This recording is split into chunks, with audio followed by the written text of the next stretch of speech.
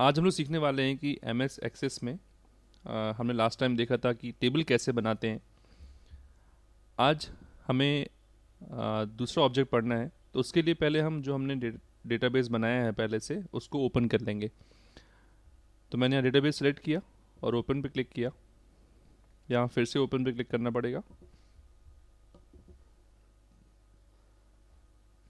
आप देखेंगे जैसे कि हमारे पास जो डेटाबेस है उसमें दो टेबल हैं, एक बुक्स नाम से है और एक स्टूडेंट नाम से है। ठीक है, अभी हमें क्या करना है कि हमें ये तीनों चीज़ें हमने देख चुके हैं, टेबल के बनाने के कौन कौन से तरीके होते हैं। अभी हमें देखना है क्वेरीज़ के बारे में। तो क्वेरीज़ का मतलब क्या होता है कि क्वेरीज़ का मतलब जैसे कि अगर मेरे पास ये रिकॉर्ड है सपोज स्टूडेंट का, ठीक है। अब इस टेबल से हम कई टाइप की इंफॉर्मेशन निकाल सकते हैं। एक एग्जांपल के तौर पे मैं ये चाहता हूँ कि ये एक कंप्लीट टेबल है, ठीक है, और ऐसा इसमें सिर्फ 6 रिकॉर्ड हैं। आप ये अज्यूम कर लीजिए कि अगर मेरे पास यहाँ पे 100 रिकॉर्ड्स होते, ठीक है, और मैं इस पूरे रिकॉर्ड में से सिर्फ ये निकालना चाहता, ये जानना चाहता कि कितने स्टूडेंट्स सागर को बिलोंग करते हैं, मतलब कितने स्टूडेंट्स सागर में रहते हैं। अब ऐसा निकालने के लिए तो ये ढूंढना मुश्किल हो गया। अगर यहाँ पे मैं ढूंढना हो, सर्च करना हो, थोड़ा प्रॉब्लमेटिक है। अब इस चीज़ को सॉल्व करते हैं हम लोग क्वेरी के थ्रू। तो क्वेरी मतलब होता है कि आप की जो कंडीशंस हैं वो कंडीशंस आप डेटा में लगा देते हो, टेबल में लगा देते हो। तो उस कंडीशन को जो जो फॉलो करेंगे सिर्फ वही रिकॉर्ड हमें डिस्प्ले होंगे। ठीक है, एक तो ये चीज़ हो गई कि मतलब आप रिकॉर्ड्स में कंडीशन लगा सकते हो कि जैसे मैंने बोला कि सिर्फ सागर वाले रिकॉर्ड दिखाओ। ठीक है, अभी दूसरा जो है क्वेरी का एक फ़ायदा या क्वेरी का यूज़ वो ये है कि हम सारी फील्ड नहीं देखना चाहते। हम ये चाहते हैं कि सिर्फ स्टूडेंट का नाम और उनका फ़ोन नंबर बस दिखे, बाकी इन्फॉर्मेशन हमें हमारे काम की नहीं है फॉर अ टाइम बिंग। तो ऐसा भी हम क्वेरी से कर सकते हैं। ठीक है, तो मैं ये दोनों आपको करके दिखाऊंगा। तो सबसे पहले क्वेरीज पे हमने क्लिक किया। सबसे पहला है यहाँ पे डिज़ाइन व्यू में क्वेरी बनाना या विजार्ड का यूज़ करके। तो हम पहले क्या करेंगे, पहले हम डिज़ाइन व्यू में बनाएंगे। यहाँ डबल क्लिक किया, ये हमसे पूछेगा कि टेबल का जो कौन कौन सी टेबल हमें क्वेरी में इंक्लूड करनी है। तो अभी हम सिर्फ स्टूडेंट की बात कर रहे हैं, तो हम यहाँ पे स्टूडेंट टेबल सेलेक्ट कर ली और ऐड पे क्लिक किया। यहाँ से इसको हमने क्लोज कर दिया। नेक्स्ट जो है कि इस टेबल में आप देखोगे स्टूडेंट आईडी है, नेम है, कोर्स है, सिटी है, फ़ोन है। ठीक है, हमने अभी सबसे पहले क्या कहा कि हमें क्या चाहिए कि सिर्फ स्टूडेंट का नाम आए और उसका फ़ोन नंबर आए और मुझे कोई इन्फॉर्मेशन नहीं देखनी है।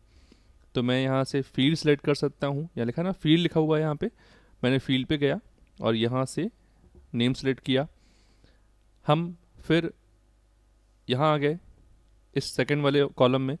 सेकंड कॉलम में हमने फिर सेलेक्ट किया फ़ोन नंबर। ठीक है, यहाँ लिखा हुआ है मतलब किस हिसाब से दिखाना है आपको, मतलब ये फील्ड दिखेंगी वहाँ पे। ठीक है, इसके बाद इसको मैंने सेव कर दिया। मतलब ये जो क्वेरी है, अब देखिए ये जो मैंने बोला कि ये दो कॉलम दिखाने हैं, ये मैं बार बार मुझे देखना पड़ते हैं।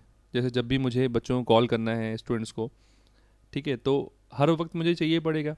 तो बार बार मैं इतना पूरा नहीं करूँगा। तो मैं चाहूँगा कि जो मैंने अभी किया है ये मैं सेव कर लूँ, जिससे फ्यूचर में मैं कभी भी देखना चाहूँ सिर्फ उनके नाम और नंबर स्टूडेंट्स के, तो मैं उस क्वेरी पर डबल क्लिक करूँ और मुझे दिख जाए।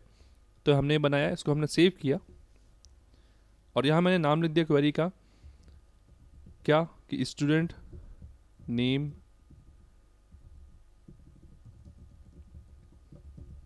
And mobile information. ठीक है, और ओके पे क्लिक किया। ठीक है, तो क्वेरी को सेव करने के बाद हम यहाँ से इसको क्लोज कर देंगे। ध्यान रखिएगा कि जो ऊपर वाला बटन है वो उससे एम एस एक्सेस क्लोज होगा, तो हमें नीचे वाले बटन पे क्लिक करना है, क्लोज विंडो जहाँ लिखा है। क्लोज करने के बाद आप देखोगे कि आपके पास यहाँ पे एक क्वेरी ऑटोमेटिकली क्रिएट हो गई जो हमने बनाई है अभी। आप इस पर डबल क्लिक करोगे अगर, है ना, तो बहुत ईजी है कि आपको सिर्फ क्या दिख रहा है, यहाँ पे नाम दिख रहा है और फ़ोन नंबर दिख रहा है। और यही हमारी जो पहली रिक्वायरमेंट थी कि हमें पर्टिकुलर कोई फील्ड हमें डिस्प्ले करानी है तो वो हम कर सकते हैं। अब इससे ये मत समझिएगा कि जो आपकी जो बाकी फील्ड हैं वो डिलीट हो गई, वो वैसी ही हैं। उनको अगर देखना है, पूरा पूरा डेटा देखना है, तो आप टेबल पे क्लिक करो, टेबल ऑब्जेक्ट पे, और फिर यहाँ पे जो टेबल आपकी है उस पर डबल क्लिक करो, तो आप देखोगे कि हमारा जो रिकॉर्ड्स हैं वो वाकिस जैसे थे पहले वैसे ही हैं। बट क्वेरी में आपने कुछ पर्टिकुलर फील्ड को दिखाना चाह रहे थे तो वो हमने कर दिया। एक और बना के देखते हैं हम लोग। जैसे मैंने आपको जब क्वेरी बताया तो मैंने कहा कि मैं ये चाहता हूँ कि अगर जो स्टूडेंट टेबल है इसमें पर्टिकुलर रिकॉर्ड दिखे। पर्टिकुलर रिकॉर्ड का मतलब कि मैंने कहा कि जिनकी सिटी सागर है सिर्फ हमें वो देखने हैं। तो इसके लिए भी हम बहुत आसानी से क्वेरी का यूज़ कर सकते हैं, वो हम देखते हैं कैसे करेंगे। क्वेरीज पे गए हम लोग, डिज़ाइन व्यू पे गए, डबल क्लिक किया, यहाँ हमने अगेन स्टूडेंट टेबल सेलेक्ट की, ऐड पे क्लिक किया और क्लोज कर दिया। ठीक है, मतलब हमें क्वेरी में ये पहले बताना होता है कि कौन सी टेबल के ऊपर हमें क्वेरी रन करनी है। ठीक है, तो अभी यहाँ पे हमने क्या कहा कि हमें क्या क्या चाहिए। अब हमें स्टूडेंट का आईडी भी चाहिए है, स्टूडेंट का नाम भी चाहिए है, स्टूडेंट का कोर्स भी चाहिए है, और स्टूडेंट का सिटी भी चाहिए है, और स्टूडेंट का फ़ोन नंबर। तो नेम, कोर्स, सिटी और फ़ोन नंबर, मतलब जो पांचों चीज़ें हमें वही चाहिए। बट सागर में हम चाहते हैं कि सागर वाले जो बच्चे हैं स्टूडेंट्स से सिर्फ वो दिखें। तो बहुत आसान है, यहाँ मैं क्या करूँगा कि जो सिटी वाला जो कॉलम है यहाँ आप देखो क्राइटेरिया लिखा हुआ है। ठीक है, इस क्राइटेरिया पे जाके मैं लिखूँगा यहाँ पे इक्वल और इन्वर्टेड कॉमा में सागर। इसका मतलब क्या है? इसका मतलब ये है कि सिर्फ वो रिकॉर्ड डिस्प्ले करो स्टूडेंट टेबल के जिसकी सिटी किसके बराबर हो, सागर के। अब चूंकि सागर क्या एक वैल्यू है यहाँ पे हमारे लिए, तो वैल्यू को हमेशा हम इनवर्टेड कॉमा में लिखते हैं। कब? जब वो टेक्स्ट फॉर्मेट में होगी। अगर नंबर फॉर्मेट में होगी तब आप इन्वर्ट कॉमा नहीं लगाओगे, पर हाँ इक्वल लगाना मतलब क्या है कि सिटी सागर के बराबर हो। ठीक है, इसको सेव किया हमने, इसको हम नाम दे दिया स्टूडेंट ऑफ सागर। ओके पे क्लिक किया, क्लोज किया। अब डबल क्लिक किया इस क्वेरी पे तो आप देखोगे कि सिर्फ सागर के रिकॉर्ड डिस्प्ले हो गए। इतना समझ में आ गया।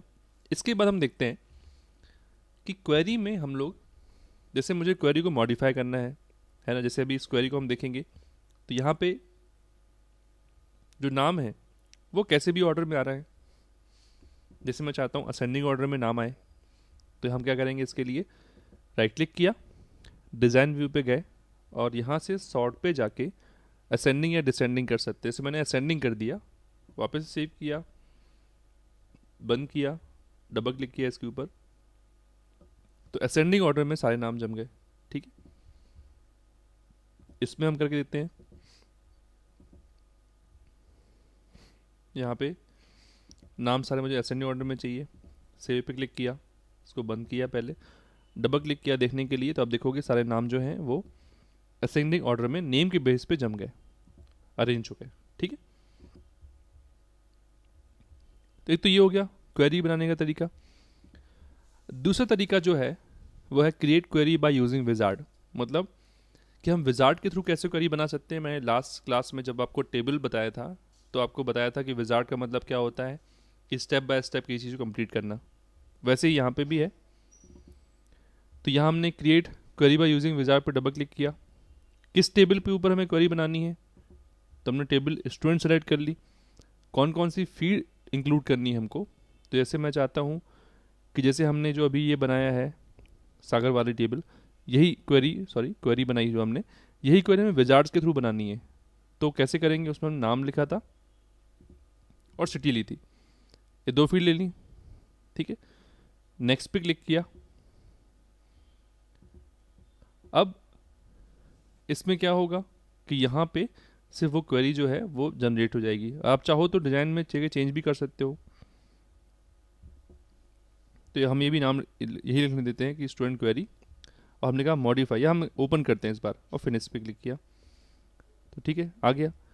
बट विजार्ड में कंडीशन नहीं लगती, ठीक है। तो अगर आप कंडीशन लगानी है तो आपको उसको क्वेरी को डिज़ाइन व्यू में खोलना पड़ेगा, और वहाँ पे आप, जैसे मैं इस बार क्या करता हूँ, मैंने बंडा लिख दिया एक कॉल में 3D में, सेव किया, क्लोज किया। अब अगर हम देखेंगे तो आप देखोगे सिर्फ एक स्टूडेंट है सुरेश जो बंडा का रहने वाला है। तो इस हिसाब से हम क्वेरीज जो हैं वो बना सकते हैं, ठीक है। अगली क्लास में हम लोग देखेंगे कि फॉर्म्स कैसे बनाते हैं।